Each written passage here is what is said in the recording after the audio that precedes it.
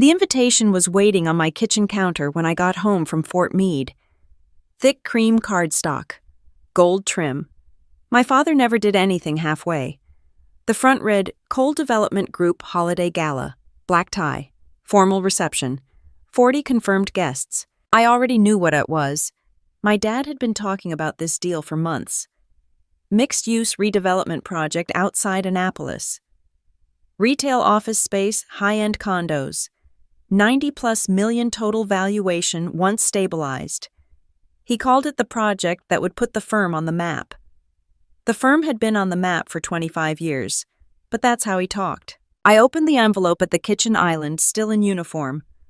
The printed message was polite, standard language. Date, time, location, dress code. Then at the bottom below the RSVP line, a handwritten note. Savannah, given the optics this year, it may be better if you sit this one out. No signature, but it didn't need one. I stood there for a minute reading it twice, like maybe the words would rearrange themselves into something less ridiculous. Given the optics, I had spent the day reviewing a cyber threat briefing tied to municipal infrastructure vulnerabilities across 3 states. My team was analyzing ransomware patterns hitting water treatment systems. Optics were not the problem. My phone buzzed before I even put the card down. Victoria. Of course, I answered. Hey, she said upbeat in that tight way she uses when she's managing a situation. You got the invite? I did. So just to be clear, you're not coming, right? Straight to it. No small talk. I saw the note. Good. I just didn't want it to be awkward. This is a big night, Sav. We've got Redstone Equity, 2 private lenders, and a city council rep in the room. It's serious capital. Serious capital. As if I had never seen a balance sheet in my life. I understand, I said. It's just... She paused. Uniform doesn't really fit the tone. And honestly, investors Google everyone these days. Army cyber stuff can raise questions. We need clean optics. Clean optics. I leaned against the counter and looked down at the gold trim on the invitation. You're worried I'll embarrass Dad. No one said that. You didn't have to. She exhaled, impatient. You know what I mean. This is business, not whatever it is you do. Whatever it is I do. For 16 years I had been in the Army. I graduated from West Point. I deployed. I built cyber protection teams from scratch. I currently oversaw a unit responsible for defending critical infrastructure systems. But sure, whatever it is I do. I won't be there, I said. There was relief in her voice. Good. Thank you. Really. This just isn't your world. We hung up. I put the invitation back in the envelope and set it on the counter. Then I walked to the bedroom, changed out of uniform, and hung it carefully in the closet. Habit.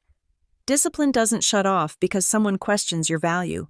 The truth is, this wasn't new. Victoria had been managing optics her entire life. When we were kids, I was the one who brought home straight A's. She was the one who brought home polished stories about group projects and student government. If I got recognition for academics, she found a way to shine socially. She learned early that being impressive wasn't about being right. It was about being seen. At 14, she told a cousin that I studied so much because I didn't have real instincts. At 18, when I accepted my appointment to West Point, she said I chose the Army because I couldn't handle competitive business programs. Corporate world eats people alive, she said back then. You're too rigid for it. She told that story enough times that eventually my father started repeating it. When I commissioned, Victoria cried. Not because she was proud, because she thought I was making a mistake. She told everyone at the party that I was brave, but in private, she said I was running away from real competition. She stayed home, interned at Dad's firm, built her resume inside the safety of an office with her last name on the door. By the time I made captain, she was director of finance. By the time I made major, she was CFO. And every holiday dinner somehow turned into a performance review of my life. How long are you staying in? Are you thinking about something stable? Do you ever miss real money? I never corrected them. That part was deliberate. Because while I was building my career in the Army, I was also building something else. 3 years ago, I founded a cybersecurity company focused on infrastructure resilience for mid-sized cities. It started small. 5 people, then 12, then 30. We hired a CEO to run operations. I stayed majority owner and strategic oversight. Everything disclosed properly through ethics channels. Cleared through JAG. Filed OG 450. No conflict with my duties. Revenue last year, just over 42 million. Victoria thinks I consult. My father thinks I have a side hustle. I've never corrected them, not because I was hiding, because I was watching to see if anyone in my family would ever ask what I actually do. They never did. 2 days after the invitation arrived, Victoria sent another message. Please don't post anything in uniform that night. Investors monitor social feeds. I read it twice. No greeting. No softness. Just management. I typed back, understood. That night I sat at my kitchen table with my laptop open, reviewing a capital structure summary for Redstone Equity Partners. Redstone was the anchor investor in my father's redevelopment project. 47 million committed capital. Without it, the financing stack didn't hold. 6 months earlier, through a holding structure reviewed by counsel and disclosed appropriately, I had acquired a controlling interest in Redstone. Legally, cleanly, quietly. Not to sabotage, at least not at first. The original thought was simpler than that. If my capital helped fund the biggest deal of my father's career, maybe the narrative would change. Maybe I would stop being the daughter who chose the army because she couldn't compete. Maybe respect would show up on its own. The Gala invitation answered that, given the optics. I closed the laptop and stared at the screen for a second. Not angry, not emotional, just clear. My phone buzzed again. This time it was Ethan Walsh, my CFO. We finalized the updated ownership filing, he said. Redstone's structure is clean. Good. You still planning to attend your dad's event? No, I said. I'm not. There was a brief pause on the line. Ethan knows my tone by now. Do you want to discuss anything before the gala, he asked. Yes, I said. Review the withdrawal clause in the Redstone agreement. I want to confirm notice timing and execution process. Silence on the other end. Not shock. Just recalibration. You're serious? Completely. He didn't argue. That's one of the reasons I hired him. I'll loop in counsel and confirm mechanics, he said. You want this clean. Always. I ended the call and looked back at the invitation still sitting on the counter. 40 guests. Clean optics. And for the first time, I wasn't thinking about whether I belonged in that room. I was thinking about whether they understood who else already did. I left the invitation on the counter overnight and went for a 5-mile run before sunrise. Cold air helps me think. No noise, no commentary, just rhythm and pavement. Victoria has always needed an audience. I never did. That difference started early. When we were kids, our report cards came home on the same day. Mine were predictable. Straight A's. Teachers wrote things like exceptional focus and top of her class. Victoria's were good, but not top.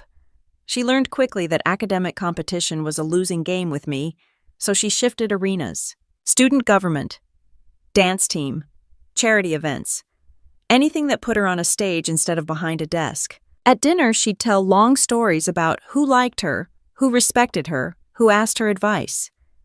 I'd say 2 sentences about a math competition and go back to eating. My father laughed at her stories. He nodded at my grades. That nod bothered her more than any applause. By high school, the comparison wasn't subtle. She'd say things like Sav's smart, but she doesn't have instincts. Or she memorizes things. I read people. It became a family narrative. She was the social strategist. I was the quiet technician. When I applied to West Point, Victoria was already in business school. She told everyone I chose the Army because I needed structure. She's great with rules, she'd explain. Corporate life is more fluid. The implication was clear. I couldn't compete in her world. I didn't argue. West Point didn't feel like hiding. It felt like clarity. Standards were written down. Performance mattered. Results spoke. Victoria came to my commissioning ceremony in a fitted navy dress and heels that probably cost more than my first month of base pay. She hugged me for the photos. Later that night, she pulled me aside. You know this doesn't translate to real business, right? She said. No one in private equity cares how well you shoot. I had just committed to serve at least 5 years of active duty. She was worried about optics. Over the next decade, we built parallel lives. I deployed twice, promoted on schedule, took on cyber assignments as the Army expanded that field. The work wasn't glamorous. It was long hours in secure rooms staring at network architecture diagrams, identifying weak points before someone else did. Victoria stayed home and climbed inside my father's firm. Coal Development Group started as small commercial projects, strip malls, office renovations, then mid-rise mixed-use buildings. She handled budgets, forecasting, lender relationships. She learned how to talk about capital stacks before most people learn how to talk about mortgages. At family holidays, the contrast was almost scripted. She would talk about interest rate spreads and acquisition pipelines. My father would lean in impressed. I would mention training rotations or cyber vulnerability assessments. Someone would change the subject to football. Once during Thanksgiving, I explained how municipalities were underestimating ransomware risk in public utilities. Victoria laughed and said, "You always think the sky is falling." 3 months later, a city 2 states over paid millions to restore its water treatment system after a breach. No one brought that up at Christmas. When I made Major Victoria threw me a small congratulatory brunch. She posted a photo online with the caption, "Proud of my little sister for finding her path."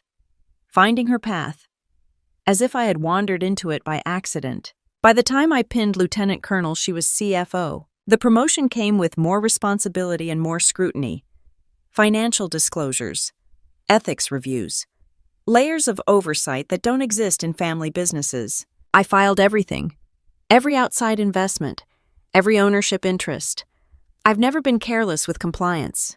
In my world, you don't get second chances if you blur lines. Around that same time, my cybersecurity company began to scale. It started 3 years ago with a simple observation. Mid-sized cities couldn't afford top-tier infrastructure security, but faced the same threats as major metros. We built modular monitoring systems tailored to budget-constrained municipalities. The first contract was modest. A city in Ohio that needed help protecting its public works network. We delivered under budget. Word spread. I hired a CEO with federal contracting experience to run daily operations. I stayed at board level. Strategic oversight. Long-term direction. Everything vetted through Army ethics channels. Victoria never asked how it was going. At dinner one night, she said, "Consulting must be nice. Flexible hours." I didn't correct her. My father once asked if I planned to pivot into something serious before retirement. I told him I was already serious. He laughed like I had made a joke. The jealousy was never loud. It was layered. Victoria doesn't scream. She positions. If I achieved something, she reframed it. When I completed a joint task force rotation early because our team exceeded metrics, she said, "Military promotions are automatic though, right?" They're not. When I mentioned that our company had crossed 8 figures in annual revenue, she said revenue isn't profit. It was profitable. She needed the comparison to tilt in her favor. That's why the gala mattered so much to her. This wasn't just another holiday party. It was the stage where she intended to prove she belonged at the top tier of private development. Redstone Equity. 2 secondary lenders. A city official with zoning influence. She had orchestrated seating charts, curated guest lists, reviewed wine selections, managed optics down to table linens, and then there was me, an Army officer who didn't match the aesthetic. 2 days before the gala, she forwarded me a draft press release about the redevelopment project.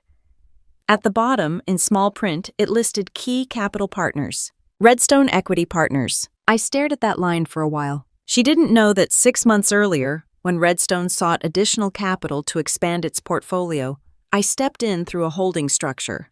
The fund's managing partners needed stability. I provided it. Ownership shifted quietly. Documents filed, disclosures made. Victoria signed off on Redstone as anchor investor without ever asking who controlled the fund. Because in her mind, I was not a factor. That afternoon, she sent another text. "Just confirming you're staying off social media Saturday. No uniform posts. Investors dig." I read it sitting at my desk at Fort Meade between briefings. My response was simple. Understood. Not defensive, not sarcastic. Understood. I locked my phone and turned back to the classified network in front of me. Threat models don't care about sibling rivalries. They either hold or they don't. That night I opened the Redstone operating agreement again. Not emotionally, procedurally. Withdrawal clauses are rarely dramatic. They're technical, conditional. Redstone's agreement allowed majority stakeholders to adjust capital deployment strategy, with formal notice provided certain timelines were met. Everything had to be clean. I called Ethan. Walk me through notice mechanics, I said. He didn't ask why this time. He went straight to structure. As he explained timing windows and documentation flow, I pictured the ballroom at the country club. Crystal glasses. Tailored suits. Victoria moving from table to table confident. She thought the biggest risk in that room was my uniform. She hadn't considered what else I might be wearing. I closed the Redstone operating agreement and pulled up my Army financial disclosure file instead. If I was going to move capital, everything had to line up on both sides of my life. Gets documented. I filed an OGE 450 every gets documented. I filed an OGE 450 every year. I had sat in a small office with our brigade ethics counselor more than once explaining exactly what I owned and what I did not touch. I don't pursue federal contracts tied to my chain of command. I had told him 3 years ago, when the company crossed into serious revenue. No DoD overlap. Municipal and private infrastructure only. He reviewed it. Signed off, clean. The Army doesn't care if you build something on your own time. It cares if you blur lines. I never have. That double life wasn't glamorous. It was disciplined. Reveille at 0500. PT. Briefings. Classified reviews. Team sync. Then late evenings, encrypted calls with my CEO and CFO about city contracts, vendor negotiations, and risk exposure. I don't run daily operations. That's not possible on active duty. I chair quarterly board meetings. I set long-term direction. I sign off on major capital moves. The rest runs without me. Victoria assumes I dabble. She's never asked how many people we employ. She's never asked about our client base. She once referred to it as your little tech thing. Our little tech thing has 120 employees across 4 states. The first time revenue crossed 8 figures, I was in a SCIF reviewing a vulnerability report for a municipal energy grid. My CEO sent a short message. We did it. Profit margin healthy. No celebration emojis. Just numbers. I replied with one line, keep scaling responsibly. Discipline carries over. 3 months after that milestone, Redstone Equity Partners reached out to our company about cybersecurity risk modeling for mixed-use development sites. Not my father's firm. Another client entirely. That's how I started looking deeper at Redstone's structure. They were a mid-sized regional private equity fund. Solid but stretched. Expanding aggressively into redevelopment projects, they needed stable capital to maintain flexibility. Through counsel, I structured a buy-in using retained earnings from my company and personal capital. Not impulsive, not emotional. Reviewed by attorneys. Disclosed through Army channels. I became majority stakeholder quietly. Redstone's managing partners stayed in place. Day-to-day decisions remained theirs. I didn't interfere. 6 months later, Redstone announced participation as anchor investor in my father's redevelopment deal. I remember sitting at my kitchen table reading that press release. Coal Development Group. Redstone Equity. 47 million committed. I could have disclosed my position right then. I didn't. Part of me wanted to see what would happen if my success supported his publicly. If I strengthened the capital stack behind his biggest project, would the tone change at dinner? Would the jokes about real business stop? Nothing changed. Victoria talked about Redstone like it was a trophy she hunted personally. Top-tier fund, she said over Thanksgiving. They vetted us hard. They vetted her numbers. They never asked who ultimately controlled the fund. My father clapped her on the back. That's my CFO. I sat at the end of the table and passed the rolls. Now, with the Gala days away, I reopened the Redstone Capital Commitment Letter and cross-referenced notice periods. Withdrawal wasn't instantaneous. It required formal documentation and effective dates. If notice was delivered before close of business, capital deployment could be paused pending board review. That pause alone could destabilize a financing structure built on timing. I wasn't looking to break laws or cause chaos. I was looking at leverage. My phone rang mid-afternoon while I was reviewing a briefing packet. Ethan, we've confirmed the mechanics, he said. Majority stakeholder can trigger strategic redeployment of capital with formal notice. Effective end of business day. It forces an immediate review by project lenders. Any penalties, I asked? Reputational. Possibly relationship damage. Legally clean. Good. He paused. This is going to hit your father's deal hard. I'm aware. You want to reconsider timing. No. Silence on the line. Not judgment. Just recognition that this wasn't a casual decision. After we hung up, I pulled up the Gala program Victoria had sent out to select guests. Seating charts, menu, speaker order. My father was scheduled to give remarks at 7:35 p.m. Dessert service typically started around 7:40. 40 guests, 2 Redstone representatives, secondary lenders, a council member who could influence zoning variances. I didn't need to be in that room to affect it. That night I drove to my parents' house to drop off a small holiday gift for my mother. I timed it deliberately so Victoria wouldn't be there. My father answered the door. "You're not coming Saturday?" he asked before I even stepped inside. "No." He nodded once, relieved. "It's complicated this year. Investors are conservative. We don't want distractions." I looked at him carefully. "You think I'm a distraction? I think optics matter." There it was again. He wasn't cruel about it. He genuinely believed it. In his mind, a decorated Army cyber officer was less marketable than a CFO in a tailored suit. "Good luck Saturday," I said. He smiled. Once this closes, we're expanding. Bigger projects, national presence, funded by capital he didn't realize was mine. On the drive back to my apartment, I didn't feel anger. I felt something sharper.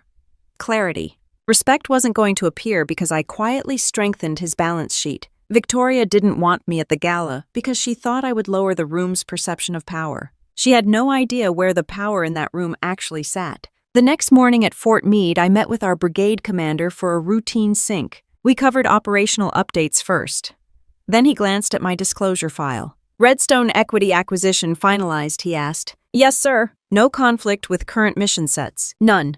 Municipal and private infrastructure only. Fully disclosed." He nodded. "Stay clean. Your promotion board packet is strong. Don't give them noise." "I won't." That was the final confirmation I needed. I wasn't risking my commission. I wasn't bending rules. I was exercising ownership rights that had been legally acquired. That afternoon, Victoria sent one more message. "Press from the city might be there. Appreciate you keeping a low profile." Low profile. I typed back the same word I'd used before. Understood. Then I forwarded Ethan the finalized notice draft. "Hold for execution," I wrote. I set my phone down and returned to reviewing a network segmentation report for a municipal client. Compartmentalization is a skill you learn early in uniform. Handle what's in front of you. Don't leak emotion into the mission. By the time the sun set, everything was in place. Victoria was focused on seating charts and champagne pairings. Redstone's legal team had pre-approved documentation pathways. My Army file was squared away. The only variable left was timing. I set the phone face down on my desk and opened the Redstone Capital flowchart again. If this moved forward, it had to move forward clean. Redstone's position in my father's deal wasn't decorative. They were the anchor investor. $47 million in committed equity. That commitment gave secondary lenders confidence. It signaled stability. Without it, the financing stack thinned out fast. I wasn't guessing. I'd reviewed enough redevelopment models to know how sensitive they were to anchor capital. Pull that piece and everyone recalculates risk. The irony wasn't lost on me. For months, Victoria had bragged about locking in institutional money. She loved that phrase. Institutional money.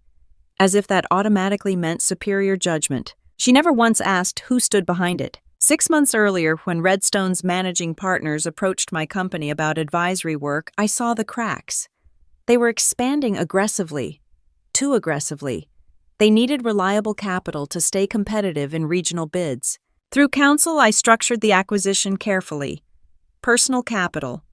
Retained earnings from my company. No leverage. No borrowed exposure. The holding entity was transparent to regulators and disclosed through Army ethics channels. Nothing about it was secret in the legal sense. It was just not public in the family sense. I didn't buy into Redstone to set a trap. I bought in because it was a smart investment. Mid-cap redevelopment funds in secondary markets were undervalued. Growth potential was strong if managed conservatively. When Redstone later signed on to my father's project, I considered recusing myself from any decisions related to that specific deal. Instead, I did what majority stakeholders do. I stayed hands-off operationally and let fund managers manage. If the project succeeded, my investment would grow. If it failed, that would be on performance, not interference. But the gala changed the frame. 3 days before the event, Victoria called again. No greeting. "We finalized the speaking order," she said. "Dad goes at 7:35. Redstone reps right after. It's tight." Sounds organized. It has to be. This is a statement project. Statement. Everything with her was theater. She hesitated. "You're sure you're not coming?" "I'm sure." "Good." A small laugh. Less complicated. Complicated. The night before the gala, my father posted on LinkedIn about strategic partnerships that elevate communities. He tagged Redstone. He tagged Victoria. He did not tag me. I read the comments. Investors congratulating him. Colleagues praising the scale. Victoria replying to each one with polished enthusiasm. I closed the app and went back to reviewing the withdrawal notice draft. It was straightforward. Formal notice of strategic capital redeployment. Effective end of business day upon delivery. Ownership disclosure attached as required under fund transparency rules. Ethan had tightened the language. Legal reviewed it twice. "This won't look emotional," he'd said earlier. "It'll look procedural." That mattered. Revenge stories usually involve shouting or scandal. This wasn't that. This was structure. The morning of the gala, I woke at 500 and ran intervals. The cold burned in my lungs. It grounded me. Back home, I brewed coffee and opened a secure call with my CEO for our scheduled check-in. "Everything stable?" I asked. "Municipal contract in Ohio is expanding scope," he said. "We'll need to hire 5 more analysts." "Approve it," I said. "Keep margins steady. No drama. Just growth." Before we hung up, he added, "You're quiet today." "I have a family event," I said. He laughed lightly. "Those are usually worse than ransomware." He wasn't wrong. At 1100, I drove to Fort Meade for a short in-person sync with my operations officer. Routine updates, budget projections, nothing connected to Redstone or my father's firm. I keep compartments separate for a reason. At 1400, Ethan sent a final message. "Documentation locked. Counsel on standby. You confirm timing." I responded 7:45 p.m. He called immediately. "Specific reason for that time." "Dessert," I said. A pause. "Full attendance," he replied. "Yes." He didn't argue. He understood the mechanics of rooms. Public events follow predictable rhythms. Speeches, applause, plates cleared, people relaxed. Then disruption lands heavier. By late afternoon, Victoria's social media was already active. Photos of table settings, floral arrangements, caption "Big night for coal development." I stared at one image longer than I expected. 40 chairs. Perfect symmetry. Place cards aligned. There was no place card with my name. At 17:30, my mother texted, "We'll miss you tonight." That one landed differently. I typed back, "Have a good evening." No explanation. No correction. At 18:30, I changed into jeans and a dark sweater. No uniform. No ceremony. I poured a glass of water and set my phone on the kitchen table. Across town, I knew the country club ballroom would be filling. Victoria greeting investors at the door. My father shaking hands, firmly projecting confidence. Redstone's 2 representatives would be present. They'd reviewed their talking points with my father earlier that week. They had no idea their controlling stakeholder planned to alter capital allocation strategy. I didn't resent them. They were doing their jobs. At 7:10, Ethan sent a short message, "Standing by." I imagined the room. My father's voice carrying slightly too loud. Victoria moving between tables, laughing at the right moments. At 7:28, another message from Ethan. "Counsel ready. Notice queued." I checked the time. At 7:35, my father would begin speaking. He would thank investors, thank his CFO, thank Redstone for believing in the project. He would talk about expansion, growth, community impact. He would not mention the daughter he asked to stay home for the sake of optics. I picked up my phone and scrolled briefly through Victoria's latest post. "Ready to make history tonight." History. At 7:41, Ethan sent one more message. "Confirm, execute" at 7:45. I set the phone down, walked to the window and looked out over the dark line of trees beyond the parking lot. No anger, no rush, just a clean decision. At 7:44, I returned to the table and picked up the phone. "Execute at 7:45, I typed. The message showed delivered immediately. Across town, crystal glasses were likely being cleared. In a ballroom arranged for perfect optics, timing was about to matter more than seating charts. The phone stayed in my hand after I sent the message. Execute at 7:45. No dramatic music, no shaking hands, just a timestamp. At 7:45, exactly 3 dots appeared on my screen. Executing now. I set the phone down and didn't pick it back up. Across town, the ballroom would have just transitioned from speeches to dessert service.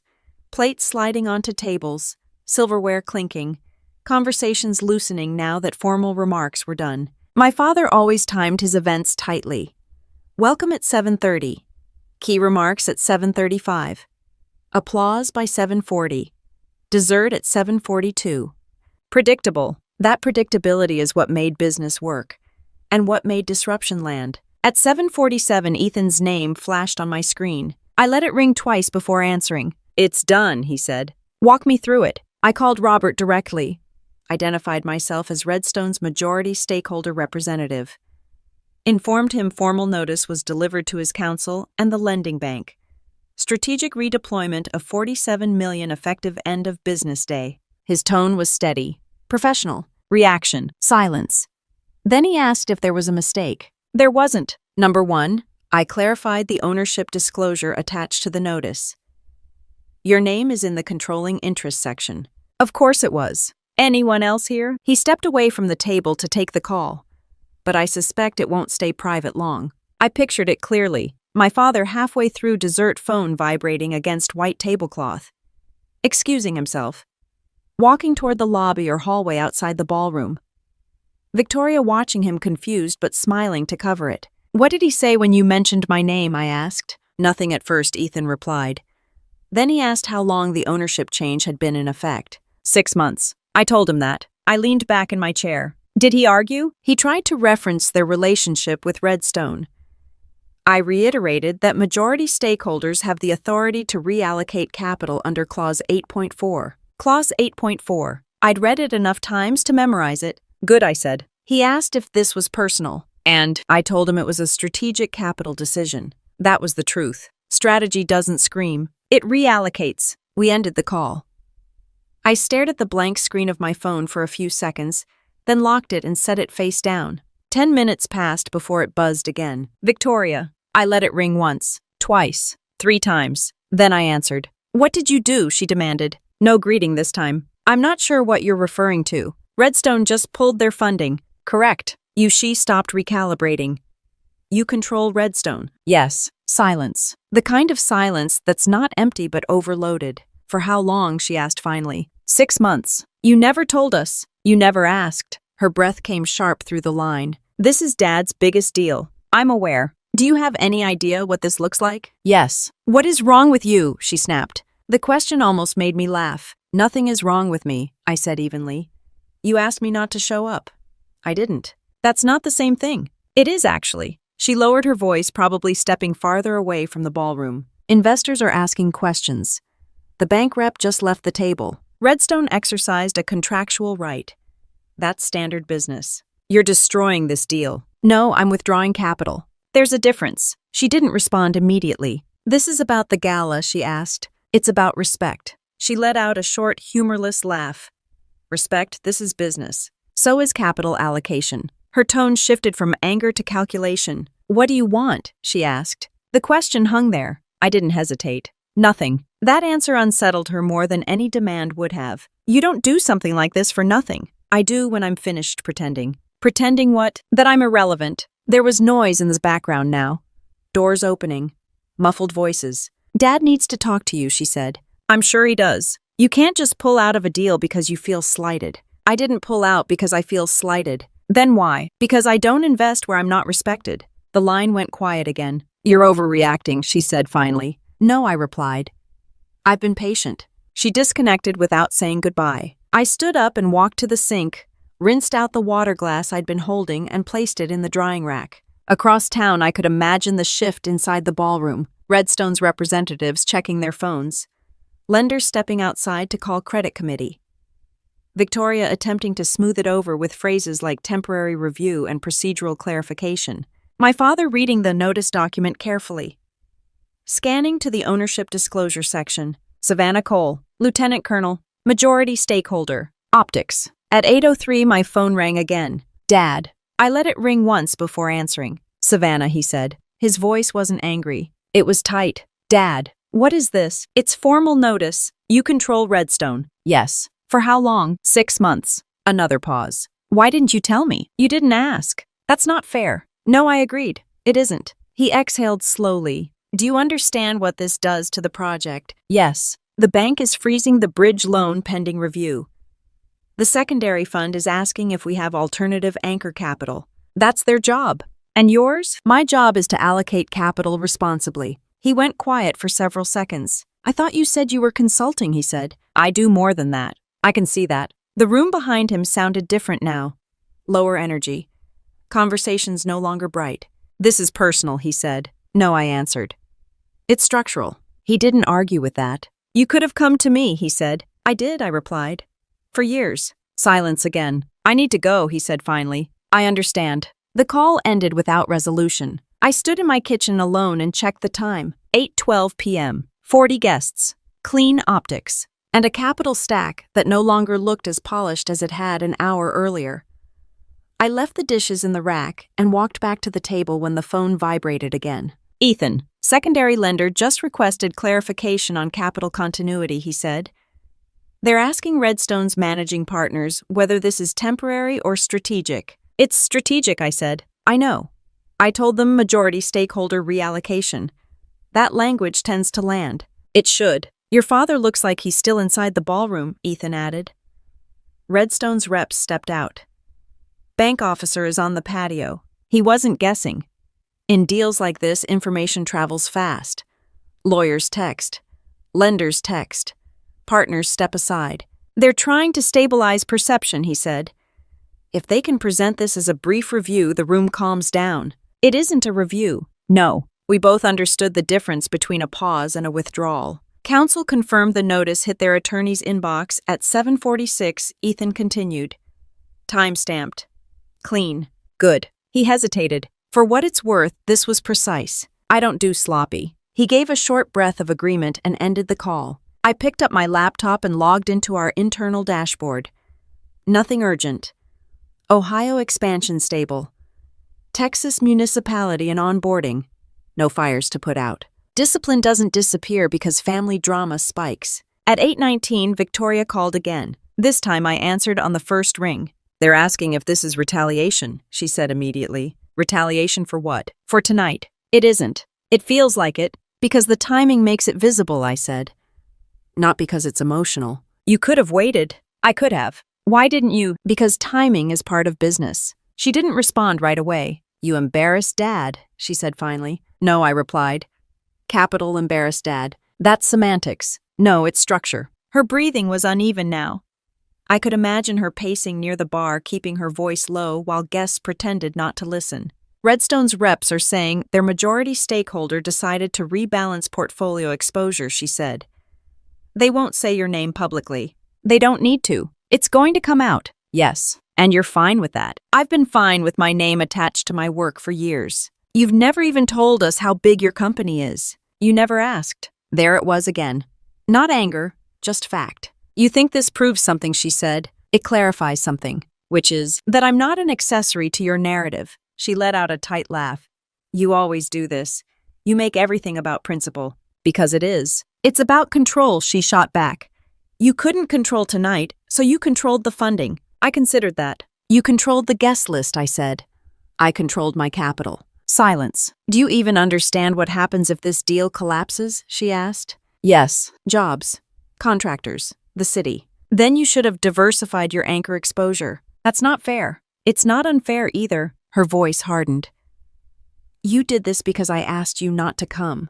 I did this because I won't invest where I'm treated like a liability. That's dramatic. No, that's selective. In the background, I heard a man's voice ask her something. She muted the call, briefly responded to him, then came back on the line. Dad's stepping back up to address the room, she said. He's telling them Redstone is reviewing internal allocations. That's accurate. You're enjoying this. No. That answer surprised even me with how true it felt. I wasn't enjoying it. I wasn't celebrating. I was calm. That makes it worse, she said quietly. She hung up before I could respond. I stood and walked to the window again. The parking lot outside my apartment was still. A few cars under streetlights. Nothing cinematic, just normal. Across town, my father would be attempting to project control. He's good at that. Years of negotiations build that muscle. But control built on assumptions cracks when information changes. At 8:37, Ethan texted instead of calling. Bank froze bridge financing pending updated capital commitments. I typed back expected. He followed with another. Secondary fund requesting emergency call tomorrow morning. Expected again. I closed the laptop and leaned back in the chair. This wasn't chaos. It was sequence. When anchor capital withdraws, lenders reassess. When lenders reassess, secondary investors pause. When secondary investors pause, momentum evaporates. Momentum is what Victoria built the Gala around. Optics. At 8:52, my father called again. I answered. The council rep just left, he said without greeting. I see. You see, I understand how these rooms work. He didn't argue that. This is damaging, he said. Yes. I would have appreciated a conversation. I've tried to have those. That's not the same as pulling $47 million mid-dessert. No, I agreed. It isn't. There was a sound like he rubbed his forehead. Victoria says this is about respect, he said. She's not wrong. You're an army officer, he said. You don't need validation from a gala. I don't need validation, I replied. I need alignment. With what? With reality. And reality is that I'm not an embarrassment to be managed. He didn't respond immediately. I never called you an embarrassment, he said. You didn't have to. The line went quiet again, but not hostile. Just heavy. I need to handle this, he said finally. You do. He ended the call. I looked at the clock on the stove. 9:04 p.m. An hour ago, dessert had been served. Now, the most important thing in that ballroom wasn't the wine pairing or the seating arrangement.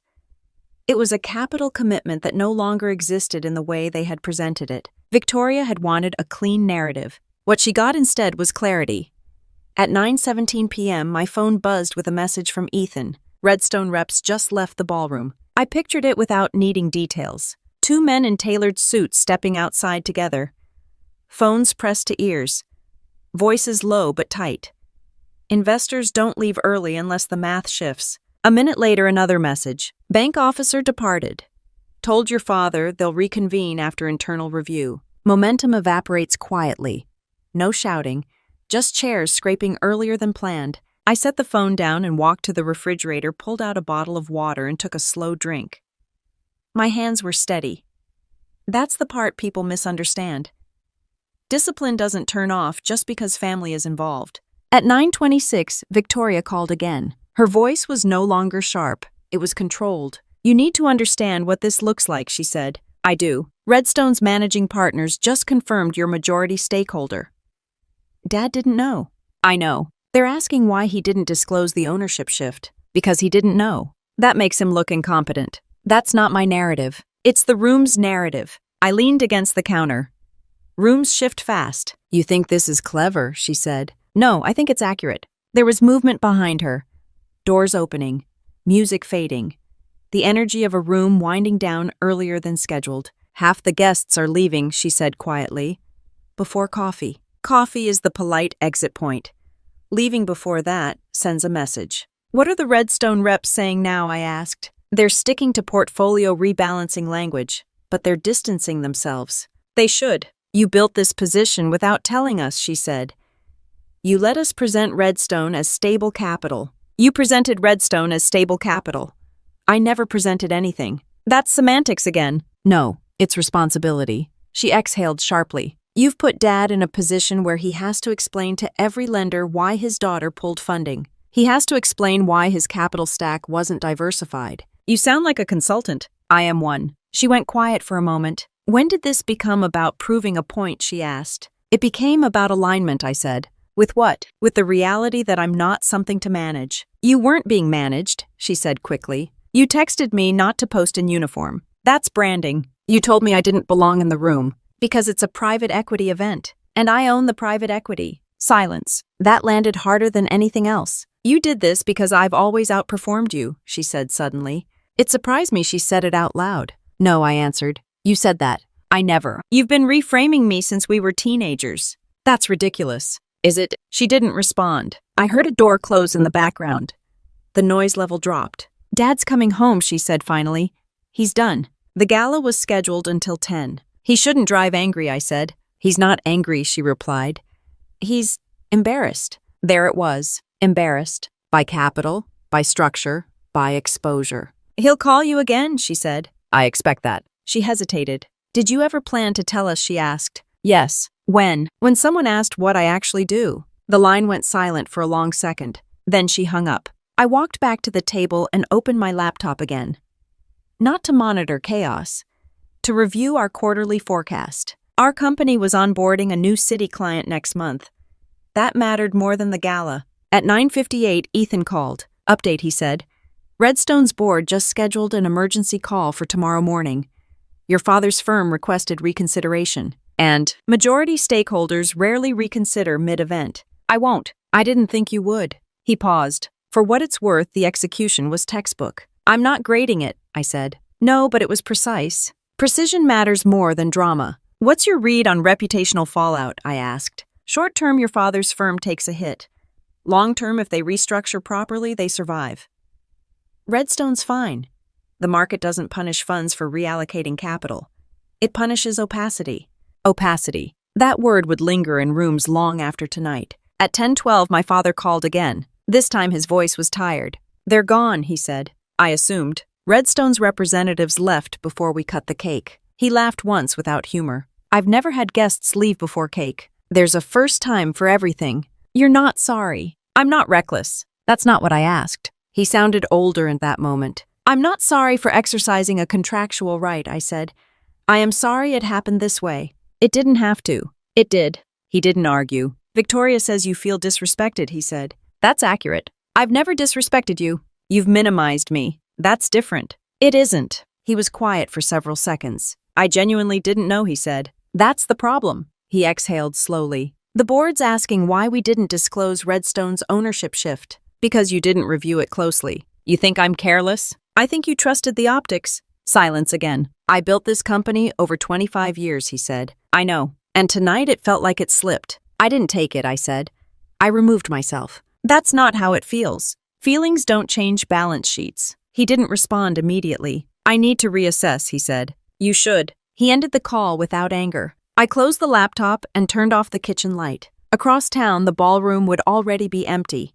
Staff stacking chairs, clearing glasses, collecting unused place cards. 40 guests had come expecting a celebration. They left with recalculated risk. Victoria wanted a flawless night. What she got instead was a room forced to acknowledge where the leverage actually lived. I woke up at 0500 the next morning without an alarm. Habit. For a few seconds, the apartment was quiet enough that the night almost felt theoretical.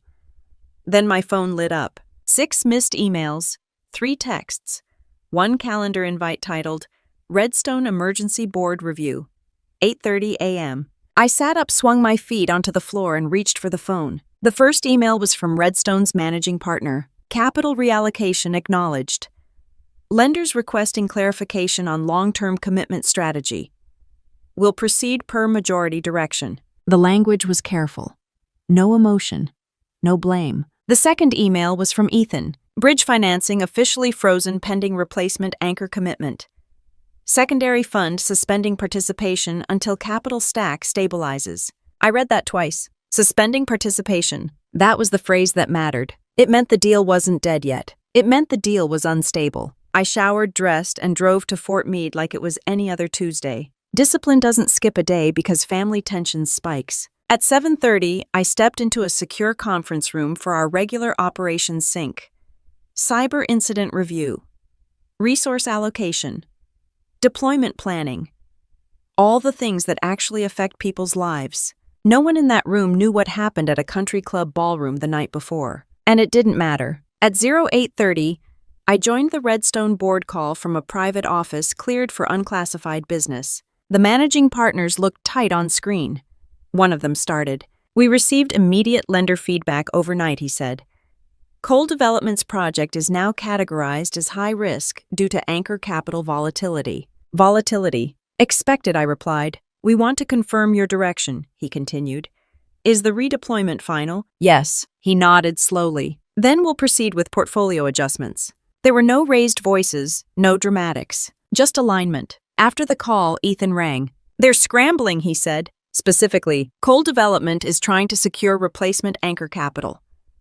That's not easy in under 24 hours. The bank won't unfreeze without proof. They won't get it quickly, I said. Victoria's been calling every secondary contact in their network. I almost smiled at that image. Her pacing office floors, dialing lenders she'd charmed at holiday events. She underestimated concentration risk, I said. She underestimated you, Ethan corrected. There was a difference. At 10:15, my father emailed. Not a call, not a text. An email. Savannah, we're convening with our board at noon. Lenders are requesting detailed explanations. I need clarity on your long-term position. Is there any scenario where Redstone reinstates capital? Dad. Direct. I read it once, then again. My response was simple. Redstone's decision stands. Future allocations depend on project structure and risk profile. No reinstatement under current terms. No emotion. Just capital language. He replied 15 minutes later. Understood. That word again. Understood can mean acceptance. It can also mean calculation. By midday, word had started to move beyond the ballroom. A regional development blog posted a short piece, Anchor Investor Withdraws from Annapolis Redevelopment Project. No names beyond Redstone and Coal Development. But anyone in that ecosystem could connect dots. At 1300, Victoria called. Her voice was different this time. Not sharp, not angry. Tight. They're asking if I knew about the ownership change, she said. Did you? No. Then answer honestly. They think I should have. That's their opinion. I'm CFO, she said. I sign off on capital relationships. Yes. They're saying due diligence should have flagged majority stakeholder shifts. That's a fair question. You're enjoying this, she said. No. Then why are you so calm? Because this isn't chaos. It's consequence. She didn't respond immediately. The board wants to bring in external advisors, she said finally.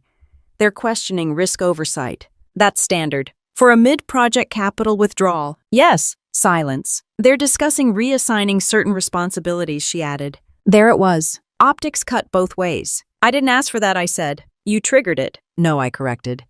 Structure triggered it. You keep hiding behind that word. I'm not hiding. She let out a slow breath. Dad hasn't said much, she said. What do you expect him to say? I don't know. He's recalculating. I've never seen him blindsided like that. He wasn't blindsided, I said. He just didn't look. She didn't argue that. Do you realize how long I worked on that deal? She asked. Yes. Months of modeling, negotiation, relationship building. I know. And one call wiped momentum. Momentum built on one anchor is fragile. You always talk like a briefing slide. It keeps things clear. There was noise behind her. Office sounds. Papers moving. They're asking me to step back from lender communications temporarily, she said quietly. That landed heavier than the Gala. I didn't request that, I said again. I know. For a second, the old version of her surfaced. Not the polished CFO. Just my older sister. You've always had it easier, she said. That stopped me. Explain. You're the smart one. The disciplined one. The one teachers liked. The army liked. Investors apparently like. That's not easy, I said. You never had to fight to be seen. I almost laughed at that. I spent years being unseen, I replied. You chose that. No, I said evenly. You chose to ignore it. She went quiet. I have to go, she said after a moment. The line clicked off. At 1600, Ethan sent a final update for the day. Secondary fund formally withdrew participation pending new anchor commitment. Coal development now seeking alternative capital sources. Timeline extended indefinitely. Indefinitely. That's how deals fade. Not with explosions. With extended timelines. I shut down my computer at 1700 and drove home through light traffic. The sky was flat gray. Normal. No reporters outside my building. No dramatic fallout. Just market response. At 1830, my father texted, Board recommends restructuring development scope. Scaling back Phase 1. Evaluating asset sale options. I read it twice. That wasn't collapse. That was contraction. Capital doesn't disappear. It reallocates. I set the phone down on the kitchen counter and stared at the quiet room. Victoria had wanted a flawless narrative. Instead, she now had to explain risk oversight to a board that valued precision over polish. And for the first time in a long time, no one in that company could pretend I wasn't part of the equation. I was halfway through a procurement review when my assistant knocked and stepped inside. Ma'am, there's a Robert Cole here to see you. He doesn't have an appointment. For a second, I thought I misheard her. Did he give a reason, I asked. He said he's your father. I checked the time. 14:07. Has he cleared the visitor desk? Yes, ma'am. He's waiting in the lobby. I closed the file on my desk. Send him in. I didn't rush. I straightened the stack of papers in front of me, capped my pen, and stood up. The office wasn't dramatic. Standard army furniture, metal desk, flag in the corner, 2 chairs across from mine. No polished wood, no glass walls, no catered dessert. The door opened a minute later. My father stepped in wearing a navy overcoat tie slightly loosened, the kind of look men wear when they haven't slept well. He paused just inside the doorway, as if recalibrating to the space. You work here every day, he said quietly. Yes. He looked around again. No marble, no chandelier, no investor wall, just mission boards and a whiteboard with deployment schedules. He took the chair across from my desk without being asked. I've never been on base, he said. I know. He rested his hands on his knees. I should have come sooner. To Fort Meade, to your world. There wasn't sarcasm in his voice. Why are you here, I asked. He exhaled slowly. The board met this morning, he said. They're restructuring the development. Scaling phase 1 down by nearly 40%. I nodded once. Victoria's been reassigned from direct lender communication, he added. Temporarily. Understood. That word again, he said faintly. It works. He studied me for a long moment. You've been doing this for how long, he asked. The Army. The company. 3 years. And Redstone. 6 months. He leaned back slightly. You built a company that generates 40+ million a year, he said. You acquired majority control of a private equity fund. And I found out during dessert. Yes. Why? Because you never asked. He absorbed that. I thought you were consulting, he said. You assumed. You let us assume. I answered the questions you asked. He shook his head slightly. That feels like a technicality. It's not. He went quiet. I thought you chose the Army because it was structured, he said. Predictable. It is structured, I replied. But not predictable. I thought you avoided business because you didn't want to compete. I compete every day, I said. Just not in ballrooms. His mouth tightened. Victoria said you've always believed she diminished you. I don't believe it, I said. She did. That's strong. It's accurate. He rubbed his hands together slowly. She's always felt compared to you, he said. She compared herself. You were the academic one. The disciplined one. She reframed that as rigid. He didn't deny it. I didn't realize how far you'd gone, he said. That's the point. He looked at the mission board behind me.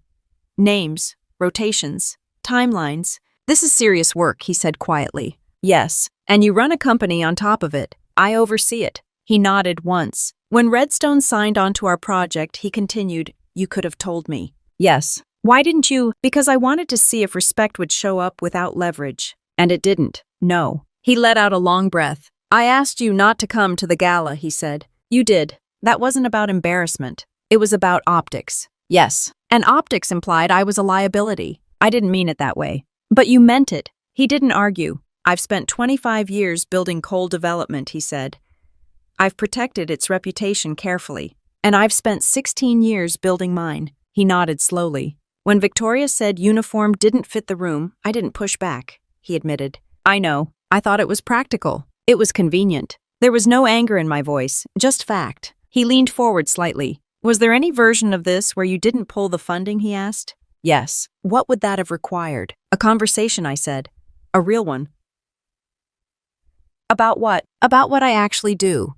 About acknowledging that I'm not a side note. He looked down at his hands. I underestimated you, he said. Yes. I minimized what you built. Yes. I trusted Victoria's framing too often. Yes. He nodded slowly with each answer as if checking boxes he should have checked years ago. I don't know how to fix this, he said. It's not about fixing, I replied.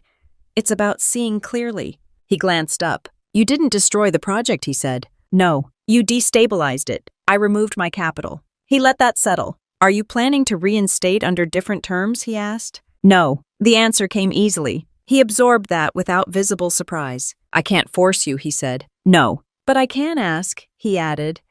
Is there anything you want from me? That question would have meant something different a week ago. Recognition, I said. Not applause. Not a gala seat. Just acknowledgement that I'm not something to manage. He nodded once. I see you, he said quietly. I held his gaze for a moment. That's a start, I replied. He stood slowly and looked around the office again. You built something substantial, he said. So did you. He gave a faint smile at that. I'll have to decide what coal development looks like now, he said. Yes. And Victoria will have to decide who she is without controlling optics. That's hers. He walked to the door, then paused. I'm proud of you, he said. It wasn't dramatic, wasn't loud, just direct. Thank you, I answered. He nodded and stepped out into the hallway, escorted back toward the visitor desk, and whatever conversations waited outside the gate. I sat down again and reopened the procurement review on my desk. Network integrity didn't shift because family dynamics did. But something fundamental had moved. Not in the ballroom, not in the capital stack. In the way my father had finally walked into my world instead of asking me to stay out of his. I stayed at my desk for another hour after he left, finishing the procurement review like it was any other afternoon. Routine is stabilizing. It reminds you that no single event defines the entire system. By the time I drove home, the sky was already dark. Traffic steady. Radio low. Nothing cinematic. The fallout from the Gala didn't explode overnight. It tightened. Within a week, Coal Development officially announced a phased restructuring of the Annapolis project. Public language was careful. Revised capital alignment. Adjusted scope. Prudent recalibration. Investors translate that easily. The project wasn't dead. It was smaller, slower, less ambitious. Redstone formally reallocated the $47 million into two diversified redevelopment funds in Ohio and North Carolina. Conservative projects, strong municipal backing, lower risk exposure. No one accused me of misconduct. No regulator called. No ethics review flagged conflict. Everything had been clean. Victoria didn't call for 3 days after coming to Fort Meade. When she finally did, her voice sounded different. They're moving me out of lender negotiations, she said. For now, I asked. They're calling it a restructuring of roles. That's common. It doesn't feel common. I know. She exhaled slowly. They think I should have identified the Redstone ownership shift. That's a fair critique. I trusted the managing partners. You trusted optics, I said gently. She didn't argue this time. Dad won't say it, but I know he's disappointed, she said. In what? In the oversight. That word carried more weight than embarrassment ever had. Are you? She asked. Am I what? Disappointed in me. I considered that. No, I said. I'm clear about you. What does that mean? It means you built your value around controlling perception. And you built yours around what? Structure. She was quiet. I thought if I controlled the room, I'd control the outcome, she admitted. That works until the numbers change. She let out a small breath that might have been a laugh. You always talk like a briefing slide. And you always talk like a press release. That broke something. Not a fight. Just tension. I never hated you, she said. I know. I was scared you'd outgrow us. I already did, I replied evenly. You just didn't look. There was no anger in it. Just fact. A month passed. Coal Development formally reduced the scale of Phase 1 by nearly half. Contractors adjusted bids. Zoning approvals stayed intact, but momentum faded. Victoria transitioned into an internal risk oversight role. Less visibility. More spreadsheets. My father stopped posting about expansion on LinkedIn. Instead, he posted about long-term stability and sustainable growth. Language shifted. At Fort Meade, my world didn't change. Promotion board results came through 2 weeks later. I remained on track. My company signed 2 new municipal clients. We crossed $50 million in projected annual revenue. I authorized a cautious expansion into 1 additional state. No splashy announcements. Just execution. One evening, my father called. Can we have dinner, he asked. Where? Your place or mine? No guests. Just us. Yes, I agreed. He came over the following Saturday. No suits, no presentation. Just a simple jacket and a bottle of wine. We sat at my kitchen table. He asked questions this time. Real ones. How many employees now? 127. How do you manage oversight with active duty? Board structure. Clear delegation. What's your long-term plan? Build resilient infrastructure systems that mid-sized cities can actually afford. He nodded. I never understood cyber, he admitted. You never tried. That's fair. There was no defensiveness in his tone. Victoria feels exposed, he said. She should. That's blunt. It's accurate. He leaned back in his chair. I built my company on relationships, he said. Trust. Reputation. And you protected those by controlling optics. Yes. But you didn't apply the same scrutiny to internal assumptions. He didn't argue. I assumed you were fine, he said. Stable, content. I was, but I didn't ask what you were building. No, that's on me. He said it simply, not dramatically, not performative. Ownership without theater. Why didn't you just tell us, he asked. Because I didn't want to compete for belief. He considered that. I believe you now, he said. That's good. We ate quietly for a moment. This wasn't revenge, was it? He asked. No. It felt like it. I withdrew capital, I said. I didn't sabotage the project. You knew it would hurt. Yes. You did it anyway. Yes. Why? Because I won't invest where I'm treated as a liability. He nodded slowly. That's consistent, he said. It is. After dinner, he stood in the kitchen for a moment longer than necessary. You've built something substantial, he said again. So have you. He smiled faintly. I think I'm going to step back over the next year, he said. Sell partial interest. Let the firm evolve. That makes sense. Victoria will have to decide what she wants separate from me. She should. He looked at me carefully. You don't owe us anything, he said. I know. That's new for me. For both of us. He left shortly after. I cleaned the plates, turned off the lights, and stood for a minute in the quiet apartment. There was no trophy, no applause, no dramatic reconciliation, just clarity. Victoria had wanted a flawless gala. I had wanted acknowledgement. She got a disrupted evening. I got alignment. Capital moved. Projects shrank. Roles shifted. And for the first time, I wasn't the sister who needed to stay home for the sake of optics. I was the one who decided where the capital and the respect went. I didn't walk away from that gala with a sense of victory. I walked away with clarity. Family drama doesn't explode because of one night. It builds over years of assumptions, comparisons, and quiet dismissals. What happened wasn't about humiliating my sister or tearing down my father's business. It was about boundaries. In family revenge stories, people expect shouting betrayal and dramatic payback. Real life is different. Sometimes revenge is simply refusing to fund a narrative that minimizes you. Sometimes power is quiet. And sometimes the most disruptive thing you can do in a room full of optics is remove your capital and let the numbers speak. If this family revenge story resonated with you, if you've ever been underestimated, sidelined, or told you didn't belong, make sure you subscribe. This channel is about real-world family drama, strategic reversals, and the kind of revenge stories that don't rely on chaos, just clarity. Subscribe and stay with us for more stories, where respect, structure, and strength shift the balance.